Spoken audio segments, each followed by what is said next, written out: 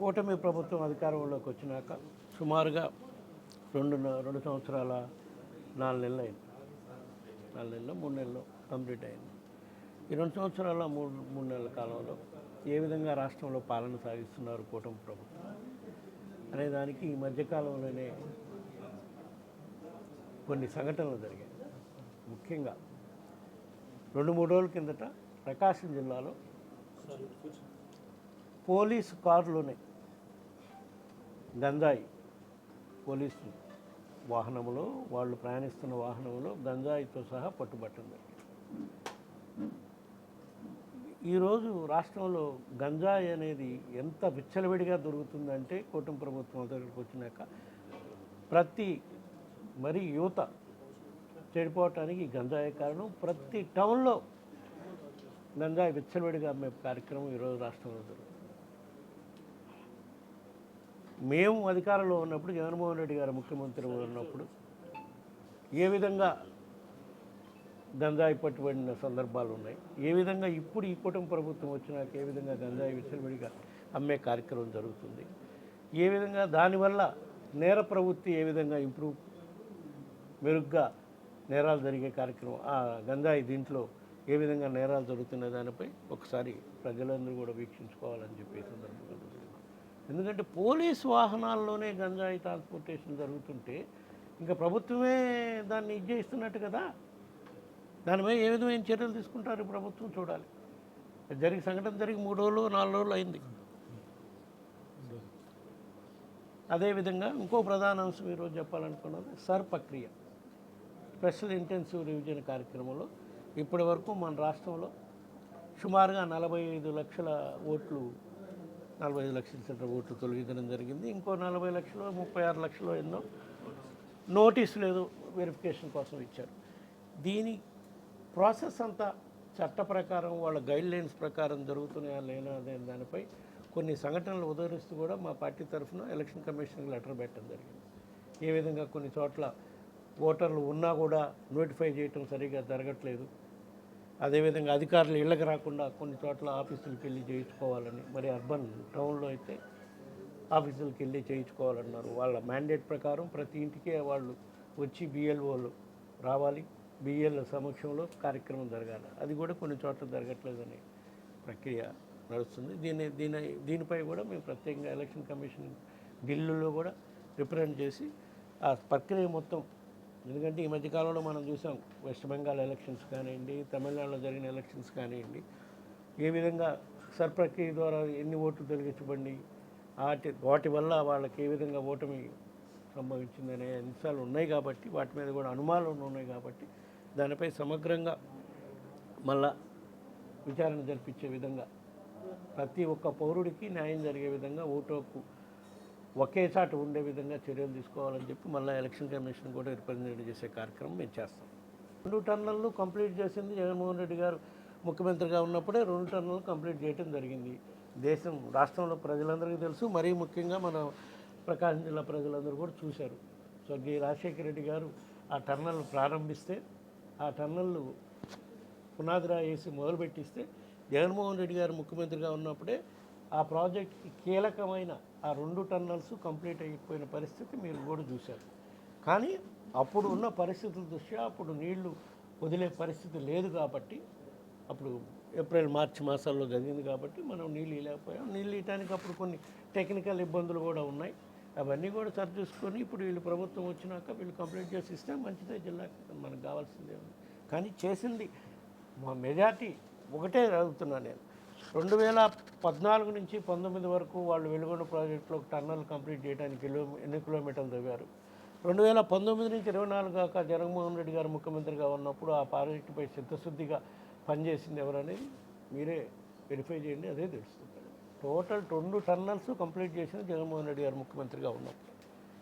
సరే, ఇప్పుడు కంప్లీట్ అయితే పశ్చిమ ప్రాంతం ఎంతో అభివృద్ధి చెందుతుంది. పశ్చిమ ప్రాంతానికి ప్రధానంగా మరీ ముఖ్యంగా ఫ్లోరైడ్, కిడ్నీ బాధితులకి ప్రాణాలు కాపాడుకోవడం కోసం ఉపయోగపడుతుందని దాన్ని అంత దృష్టి పెట్టి చేయించడం జరిగింది అప్పుడు జగన్మోహన్ రెడ్డి గారు ముఖ్యమంత్రిగా ఉన్నప్పుడు. ఇప్పుడు అది కంప్లీట్ అయిపోయి పశ్చిమ ప్రాంత ప్రజలకు అందుబాటులోకి వస్తే మంచిదే. అసెంబ్లీలో అంటుంది దేనికి స్వామి, బయట అంటుంది దేనికి? ఇప్పుడు డిఎస్సి పరీక్ష రాసిన విద్యార్థులు ఎవరైతే డిఎస్సి పరీక్ష రాని యువకులు వాళ్ళు మేము డిబేట్కి వస్తామని చెప్తున్నారు. మేమెందుకు? వాళ్ళు ఎవరైతే బాధితులు ఉన్నారో వాళ్ళు వస్తామంటున్నారు, ఎక్కడికి రమ్మంటే అక్కడికి వస్తామని. వాళ్ళ సమాధానం చెప్పండి పోయి. నిన్న ఒక బాధితుడు ఇచ్చాడు స్టేట్మెంటు, మొన్న కూడా ఒక బాధితుడు ఇచ్చాడు స్టేట్మెంటు. ఎవరైతే అర్హులై ఉండి వాళ్ళకు ఉద్యోగం రాలేదో, ఎవరికైతే మెరిట్ ఉండి స్పోర్ట్స్ కోట కూడా వాళ్ళకి ఉద్యోగం రాలేదో వాళ్ళకి సమాధానం చెప్పండి. మీరు సాక్షాత్తు అసెంబ్లీలో కూడా ఒప్పుకున్నారు కదా, స్పోర్ట్స్ కోటా కింద పరీక్ష లేకుండానే స్పోర్ట్స్ కోటా కింద ఇవ్వటం జరిగింది. సాంప్రదాయం ఉందని. సాంప్రదాయం ఉందా? ఏమి సాంప్రదాయం ఉంది? పివి సింధు గారికి ప్లాట్ ఇచ్చారు అని చెప్పారు. ఒక పివి సింధుయే కాదు, క్రీడల్లో జాతీయ స్థాయిలో ఇంటర్నేషనల్ స్థాయిలో గుర్తింపు పొందిన వాళ్ళకి పాతకాలం నుంచి కూడా రాజశేఖర రెడ్డి గారు ముఖ్యమంత్రిగా ఉన్నప్పుడు కానివ్వండి, ఇదివరకు చంద్రబాబు నాయుడు ముఖ్యమంత్రిగా ఉన్నప్పుడు కానివ్వండి, beat cricket or beat tennis, shuttle కానీ, బ్యాడ్మింటన్ కానివ్వండి, వాళ్ళు అవార్డులు బాగా ప్రపంచవ్యాప్తంగా పేరు సాధించే విధంగా ఏషియన్ గేమ్స్లో కానీ, కామన్వెల్త్ గేమ్స్లో కానీ ఇచ్చినప్పుడు వాళ్ళకి ఇళ్ల స్థలాలు ఇవ్వటం, వాళ్ళకి బహుమానం ఇవ్వటం అనేది సాంప్రదాయం. కానీ వాళ్ళకి అదేవిధంగా ఉద్యోగాలకు వచ్చిన దాఖలు ఉన్నాయి. కానీ ఇక్కడ నువ్వు స్పోర్ట్స్ కోటా అని పెట్టి రాష్ట్ర స్థాయిలో ఏ జిల్లాలో ఆ జిల్లాలో స్పోర్ట్స్ కోటా అని చెప్పి మీ బుద్ధి పుట్టిన వాళ్ళకి ఇచ్చే కార్యక్రమం చేస్తే అర్హులైన పేదలకి, అర్హులైన నిరుద్యోగులకి ఉద్యోగ అవకాశాలు పోయినట్టే కదా. దానిపై మేము పోరాటం చేస్తున్నాం. ఇప్పటికీ ఆయన ఛాలెంజ్ చేయాల్సిన పని లేదు. ఎవరైతే అర్హులైన ఉన్నారో వాళ్ళకి సమాధానం చెప్పండి. వాళ్ళకి ఎందుకు ఉద్యోగాలు ఇవ్వకపోయారో వాళ్ళు అడుగుతున్నారు చెప్పని. లేదా మీరు నిష్పక్షపాతంగా సిబిఐ ఎంక్వైరీ చేయండి.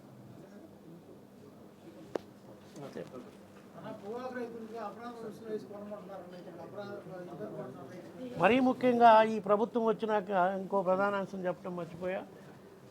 రైతులు, ఏ రైతులు కూడా పరిస్థితి రాష్ట్రంలో అనుకూలంగా లేదు.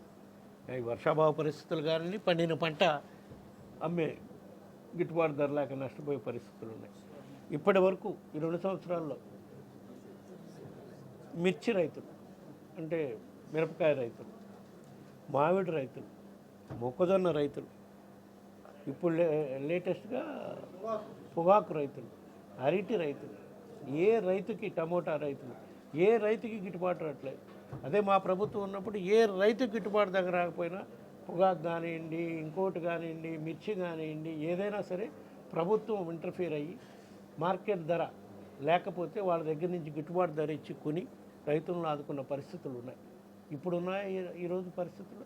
అదేమంటే మొన్న పొగాకు ధర దీని మీద రైతులు గత 2 నెలల రోజుల నుంచి, 1.5 మంత్ నుంచి ప్రకాశం జిల్లా నుంచి, వెస్ట్ గోదావరి జిల్లా నుంచి రైతులు చాలామంది ఎట్లా ధర్నాలు చేస్తున్నారో, రోడ్డు బ్లాకేట్ చేస్తున్నారో మీరు చూశారు. మా పార్టీ అధ్యక్షుడు జగన్మోహన్ రెడ్డి గారు కూడా వెస్ట్ గోదావరి జిల్లాలో పర్యటించడం, అక్కడ రైతుల బాధలన్నీ తెలుసుకోవడం జరిగినాక మేము గత పార్లమెంటు సమావేశాల్లో పీయూష్ గోయల్ గారిని కలవడం జరిగింది, ఎంపీలందరం కలిసి. ఈ విధమైన పరిస్థితి ఉందండి రైతులకి, రైతులను ఆదుకోవాల్సిన పరిస్థితి ఉంది. రాష్ట్ర ప్రభుత్వం ముందుకు రావట్లేదు, మీరే వాళ్ళకి సహాయం చేసే పరిస్థితి వేయాలని చెప్పి అడిగాం. అప్పుడు మాకు ఆశ్చర్యం వేసింది. అప్పుడు మంత్రి గారు చెప్పారు, మేము కేజీకి 10 రూపాయలు ఇస్తున్నామండి, ప్లస్ బ్యాంకుకి, అది బ్యార్నీకి 50,000, బ్యార్నీకే కదా, 0 వడ్డీతోటి రుణం ఇస్తున్నామంటే దాంతో ఏమొస్తుందండి? ఒక్కొక్క ఎకరా వేసి ఒక్కొక్క బ్యార్నీకి పంట పండియాలంటే పొగాకు రైతు కనీసం 5 నుంచి 10 లక్షలు ఖర్చు పెడతాడు. మనం ఇచ్చే 50,000 ఆ 10 రూపాయల కేజీ అనేది అసలు నథింగ్ అని కూడా మంత్రి గారికి చెప్తున్నారు. సో వీటన్నిటిపై కూడా మేము వైఎస్ఆర్ కాంగ్రెస్ పార్టీ తరఫున మళ్ళీ పోరాటం చేస్తూనే ఉంటాం. డిఏసీ కానివ్వండి, రైతుల పక్షాన కానివ్వండి. మొన్న ఇంకో విషయం కూడా ఏదో ఉంది, టీచర్లకి టెట్ ఎగ్జామ్ పెట్టాలని, దాని మీద టీచర్లు ఇప్పుడు మళ్ళీ తొలగిస్తారనే ఆందోళనలో కొంతమంది టీచర్లు మా దగ్గరికి వచ్చారు మొన్న పార్లమెంట్ సమావేశాలు. అది కూడా మేము మంత్రి దృష్టికి తీసుకుపోదామని మంత్రి గారి, కేంద్ర మంత్రి దృష్టికి తీసుకెళ్లే కార్యక్రమం చేశాం. ఆ విధంగా మాకు రిప్రజెంటేషన్ ఇచ్చిన టీచర్లు ఢిల్లీకి ఎవరైతే వచ్చారో వాళ్ళని సస్పెండ్ చేశారు. ఇక్కడ న్యాయం చేయమని కేంద్ర ప్రభుత్వం అడగడానికి పోతే ఆ టీచర్లను సస్పెండ్ చేస్తున్నారు. ఎంత అరాచకం జరుగుతుంది చూడండి మన రాష్ట్రంలో, పాలన, కూటమి పాలన. సో వీటన్నిటి ప్రజలు గమనిస్తుంటారు. మేము వాళ్ళ పక్షాన ఎవరైతే బాధితున్నారో వాళ్ళ పక్షాన మేము తప్పకుండా పోరాటం చేస్తామని చెప్పి సందర్భంగా